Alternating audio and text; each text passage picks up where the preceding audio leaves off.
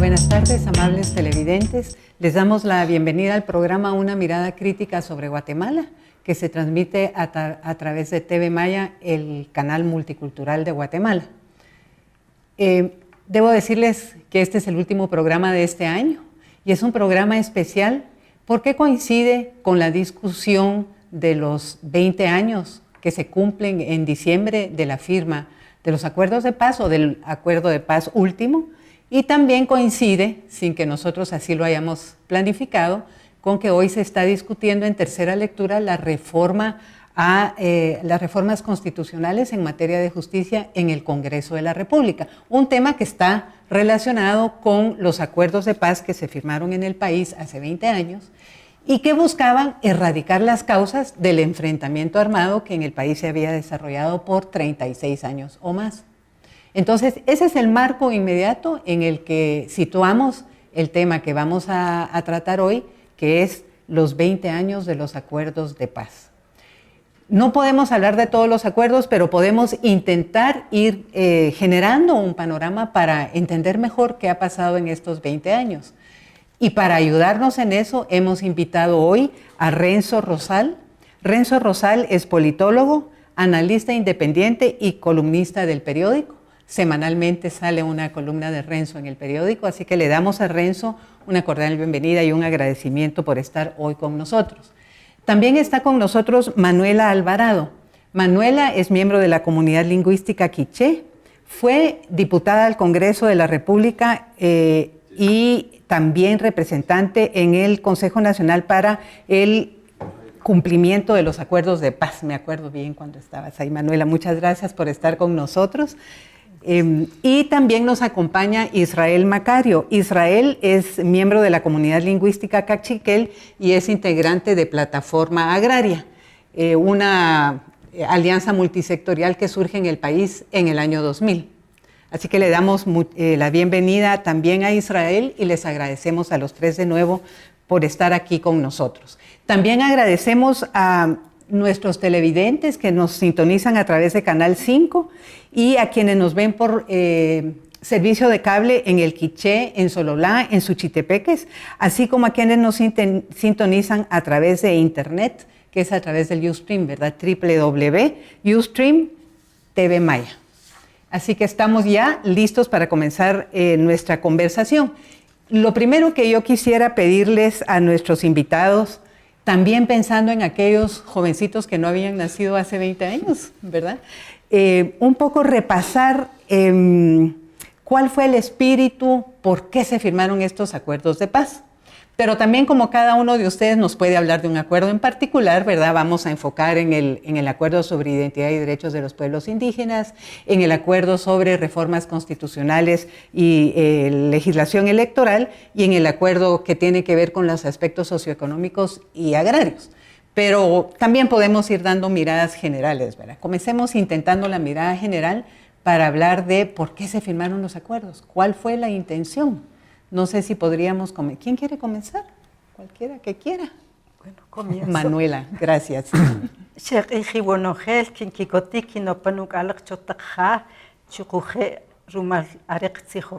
Acuerdos de paz. Pues los objetivos o el espíritu fundamental de los acuerdos de paz radica en la participación política de la ciudadanía y para transformar las estructuras de opresión del Estado de Guatemala. También para ir erradicando progresivamente la falta de participación de las mujeres en general, las mujeres de las áreas lingüísticas, las mujeres mestizas ladinas, y también para erradicar el racismo, que es un flagelo muy profundo en el país de muchos años, y por lo tanto también la pobreza y la pobreza extrema. Eso resumiría, digamos, la intención de la firma de los acuerdos de paz.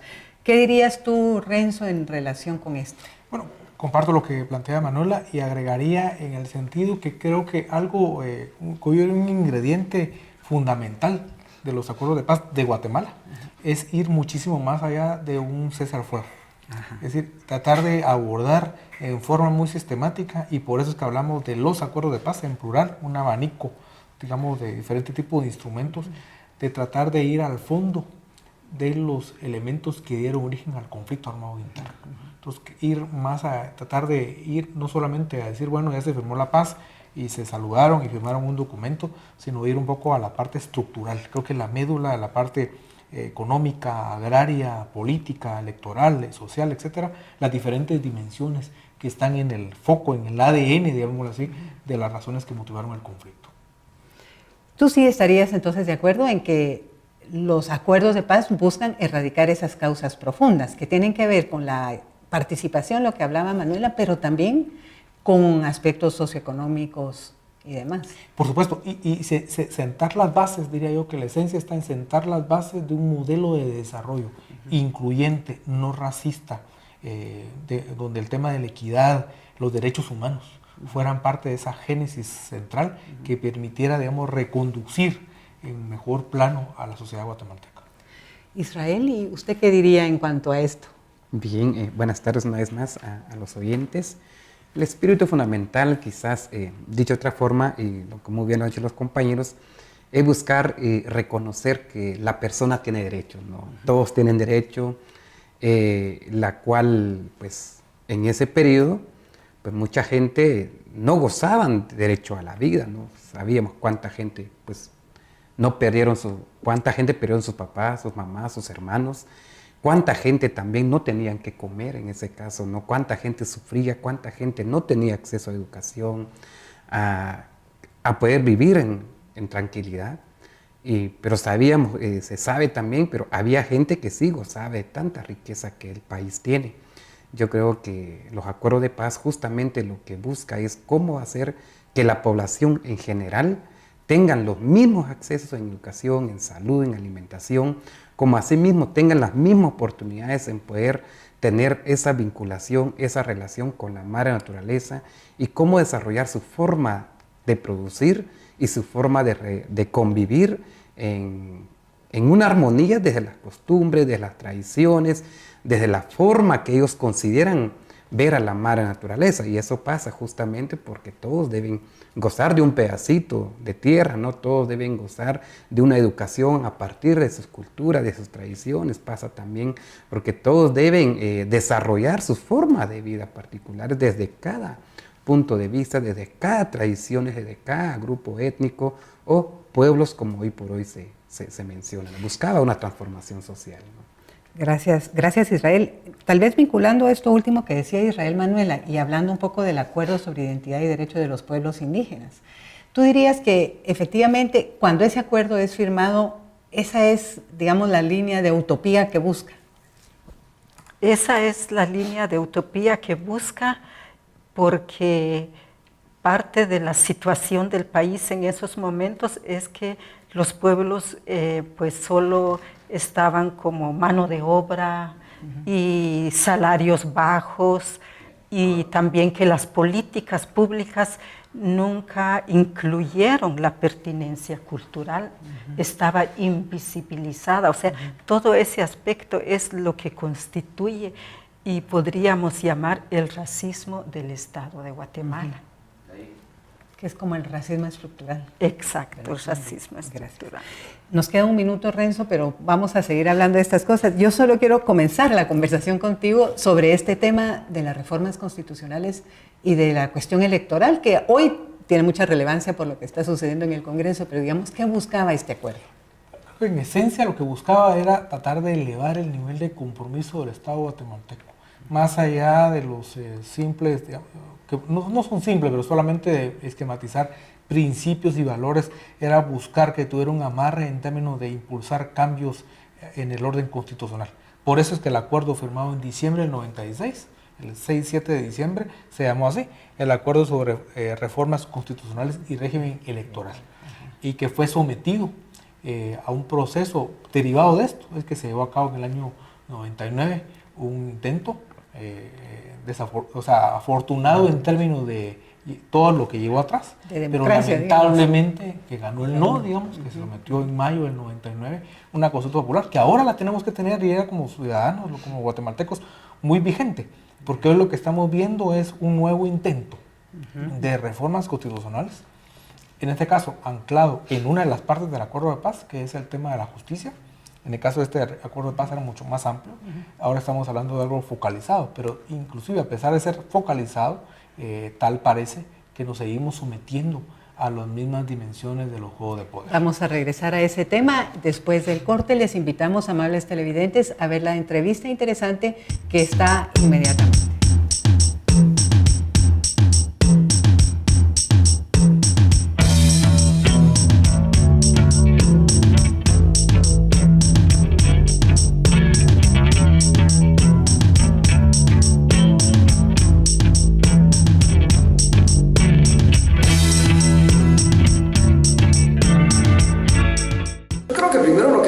Es que en el tema de los acuerdos de paz lo que hay que partir es que hubo esta élite económica, político, militar que nunca estuvieron de acuerdo con la paz, ¿verdad?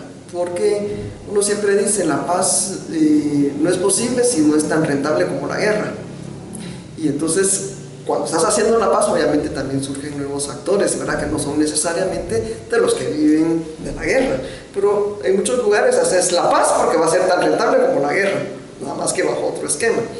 Entonces, por eso recordemos incluso desde la época de Vinicio Cerezo, que intenta hacer o iniciar un proceso de paz sujeto a golpes de Estado, ¿verdad? Cualquier cantidad de intentos de golpes, los más visibles quizás fueron 4 o 5, ¿verdad? Pero analizar los actores, y son los actores que siempre vivieron más de la guerra y que no querían cambiar su estatus, y eso lo vemos hasta el día de hoy.